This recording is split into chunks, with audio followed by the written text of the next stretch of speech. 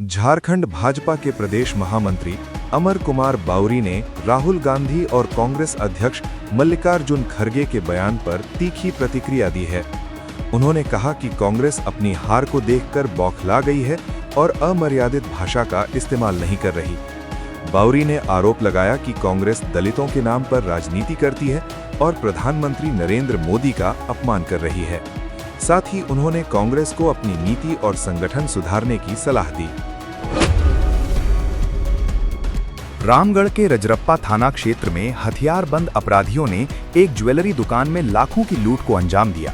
घटना के बाद भाग रहे 5 लुटेरों में से 2 को स्थानीय लोगों ने पकड़कर जमकर पिटाई कर दी।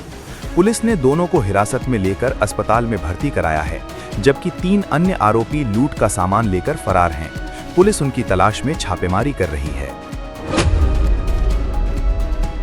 भोजपुरी अभिनेत्री और गायिका अक्षरा सिंह एक निजी कार्यक्रम में शामिल होने गढ़वा पहुंची, जहां उन्होंने साफ कहा कि उनका राजनीति से कोई लेना देना नहीं है और वे पूरी तरह अपने काम पर फोकस कर रही हैं। कार्यक्रम में उन्होंने अपने गीतों और प्रस्तुति से दर्शकों का दिल जीत लिया और हजारों की भीड़ उमड़ पड़ी। मुख्यमंत्री हेमंत सोरेन ने 62 सीडीपीओ और 237 महिला पर्यवेक्षिकाओं को नियुक्ति पत्र सौंपे। इस दौरान उन्होंने कुपोषण मुक्त झारखंड बनाने के लिए सामूहिक प्रयास पर जोर दिया। उन्होंने कहा कि महिलाओं की भूमिका राज्य के विकास में अहम है और दूर दराज क्षेत्रों तक योजनाओं की पहुंच सुनिश्चित करना जरूरी है।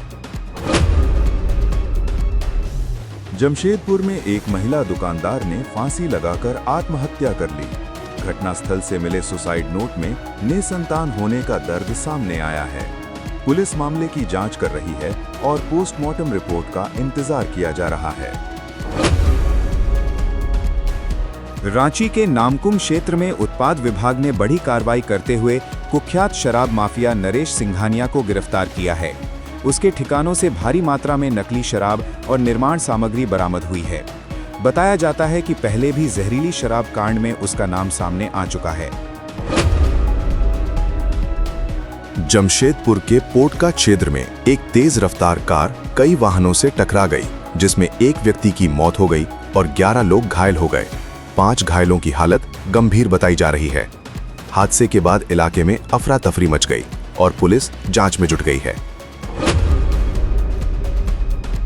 गिरिडीह में JBVNL के गोदाम में अचानक आग लगने से भारी नुकसान हुआ है।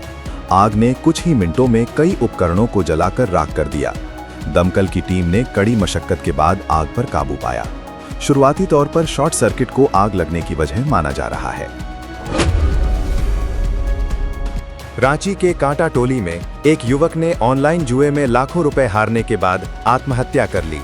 युवक के मोबाइल से ऑडियो सुसाइड नोट मिला है, जिसमें उसने कर्ज और तनाव का जिक्र किया है। पुलिस मामले की जांच कर रही है।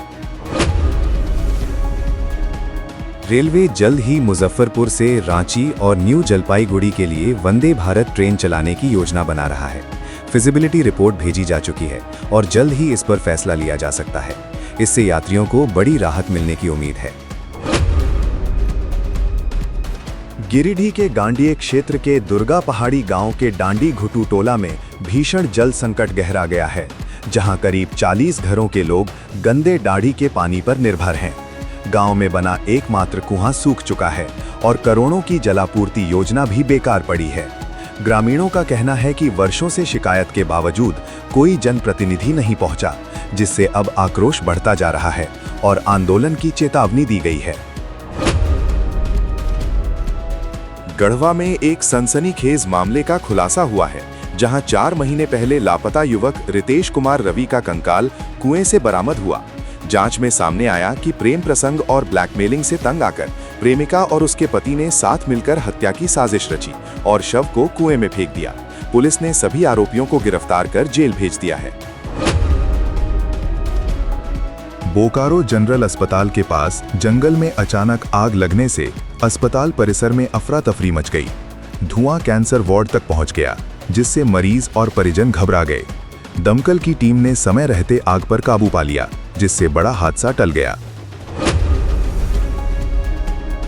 धनबाद के कतरास क्षेत्र में एक घर में भीषण आग लग गई, जिससे घर का सारा सामान जलकर राख हो गया। संकरी गली के कारण दमकल को पहुंचने में देरी हुई और नुकसान बढ़ गया। प्रारंभिक तौर पर शॉर्ट सर्किट की आशंका जताई जा रही है। लातेहार के जंगल में महुआ चुनने गई 2 महिलाओं पर जंगली भैंस ने हमला कर दिया, जिससे दोनों की मौत हो गई। वन विभाग ने परिजनों को तत्काल मुआवजा दिया है और लोगों से जंगल में सावधानी बरतने की अपील की है। रांची के खेल गांव स्थित फैक्ट्री में 2 महीने से वेतन नहीं मिलने पर महिला कर्मचारियों ने विरोध प्रदर्शन किया। करीब 2400 कर्मचारियों में बड़ी संख्या महिलाओं की है। प्रबंधन ने अगले सप्ताह तक वेतन भुगतान का आश्वासन दिया है, जबकि मौके पर पुलिस तैनात कर स्थिति नियंत्रित की गई। देवघर सदर अस्पताल में स्वास्थ्य सुविधाओं की बदहाल स्थिति सामने आई है। कई जरूरी जांच मशीनें बंद पड़ी हैं और विशेषज्ञ चिकित्सकों की सेवाएं भी ठप हो गई हैं। मरीजों को मजबूरी में बाहर महंगे इलाज का सहारा लेना पड़ रहा है। देवघर एम्स द्वारा सर्पदंश से बचाव को लेकर 4 साल का जागरूकता अभियान शुरू किया गया है। इस अभियान के तहत ग्रामीणों को बताया जाएगा कि सांप काटने पर तुरंत अस्पताल जाना जरूरी है, न कि झाड़ फूक के चक्कर में पड़ना।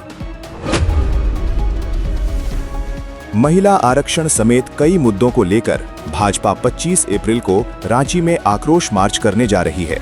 इसे सफल बनाने के लिए पार्टी ने व्यापक तैयारी शुरू कर दी है और कार्यकर्ताओं को अधिक से अधिक भागीदारी सुनिश्चित करने के निर्देश दिए गए हैं।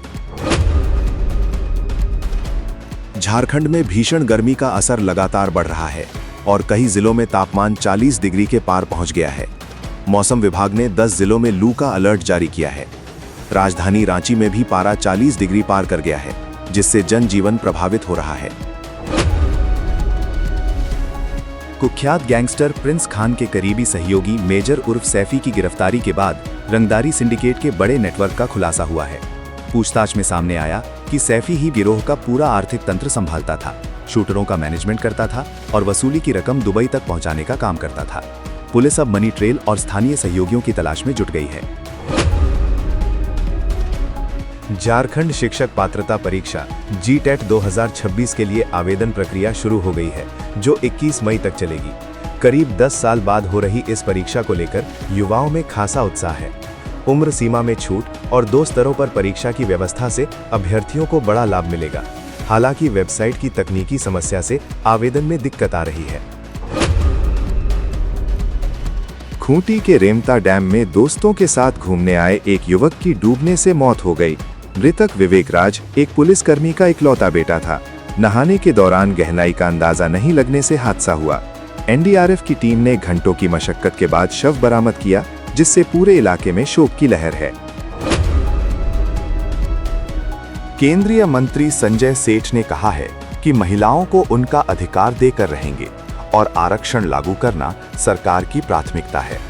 उन्होंने विपक्ष पर आरोप लगाया कि परिवारवाद की राजनीति के कारण बिल का विरोध किया गया। साथ ही 25 अप्रैल को महिलाओं की बड़ी भागीदारी के साथ पदयात्रा की बात भी कही गई। पूर्व मुख्यमंत्री चंपाई सोरेन की माछ भात खाते हुए तस्वीर सोशल मीडिया पर तेजी से वायरल हो रही है। इसे पश्चिम बंगाल की राजनीति से जोड़कर देखा जा रहा है और ममता बनर्जी के बयान के जवाब के रूप में भी लिया जा रहा है। चुनावी माहौल में ये तस्वीर चर्चा का केंद्र बनी हुई है।